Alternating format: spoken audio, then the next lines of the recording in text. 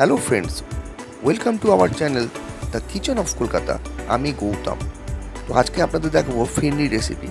তো দেখতে পাচ্ছেন এখানে আমি 100 গ্রামে একটু বেশি গোবিন্দভোগ চাল নিয়ে তার মধ্যে জল দিয়ে আমি আধ ঘন্টা ভিজিয়ে তারপরে একটা শুকনো কাপড়ের ওপর আমি চালটা শুকাতে দিয়েছি। তারপর দেখুন আমি মিক্সার গ্রাইন্ডারে আমি চালটা নিয়ে এটাকে ডাস্ট করে নেবো। একেবারে মিহিন না, দেখুন দানা দানা দানা যে আছে সেই ভাবটা আমি এরমভাবে করে নেব। এখানে দিয়েছি 2 প্যাকেট ফুল ক্রিম দুধ। আমি একটা কড়া বসিয়ে দুধ দুটো দিয়ে আমি দুধটাকে জাল দিয়ে দেবো।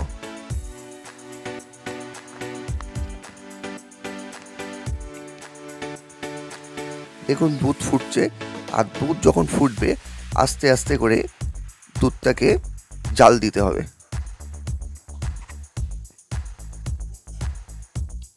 যথারীতি দুধটা ফুটছে। এবার আমি কি করছি, এই দুধটার মধ্যে আমি যে চাল ডাস্ট করে রেখেছিলাম, একবারে মিহি না গুঁড়ো গুঁড়ো ভাব করে রেখেছিলাম, সেইটাকে আমি দিয়ে দিলাম।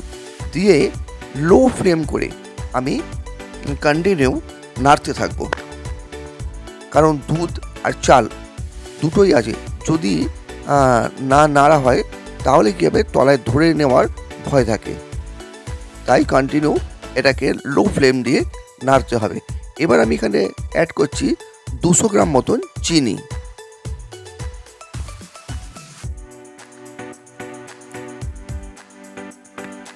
দুশো গ্রাম চিনি দিয়ে আমি আবারও আস্তে আস্তে এটাকে নাড়াচাড়া করে এটাকে ঘনত্ব বাড়াচ্ছি। তারপর দেখুন অল্প দুধের মধ্যে সামান্য ফুড কালার দিয়ে আমি সেটাকে অ্যাড করলাম, কারণ এই যে কালারটা যদি আসে ফিরনিটা দেখতে সুন্দর হয়, তাই আমি একটুখানি ফুড কালার অ্যাড করলাম।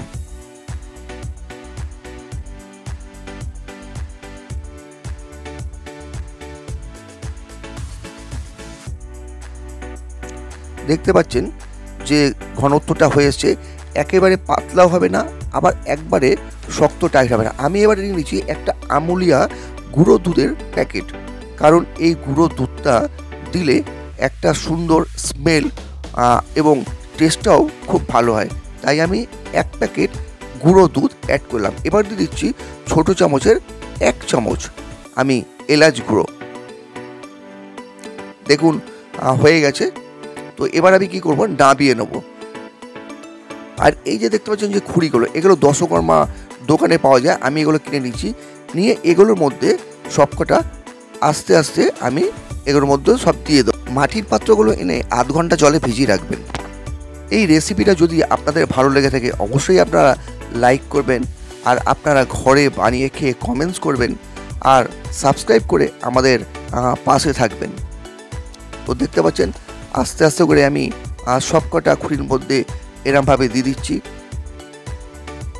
এবার আমি নিয়ে নিয়েছিলাম, দেখুন এখানে আমন্ড আর পেস্তা কুচিয়ে রেখেছি। এর মধ্যে আমন্ড আর পেস্তা দিয়ে ওপরে একটু ডেকোরেশন করে নেব। আপনারা চাইলে যে যা খুশি ড্রাই ফ্রুট দিতে পারেন, কাজু কিশমিশ, আপনারা অনেক রকমের ড্রাই ফ্রুট আছে, আপনারা চাইলে এটা দিতে পারেন।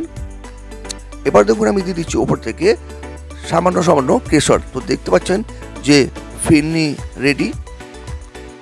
তো ফিরনিটা দেখুন আমি আধ ঘন্টা নর্মাল ঘরে রেখে তারপরে আমি নর্মাল ফ্রিজের মধ্যে একদম ঘরের তৈরি। তো আজকের মতো এখানেই, দেখা হচ্ছে পরের ভিডিওতে।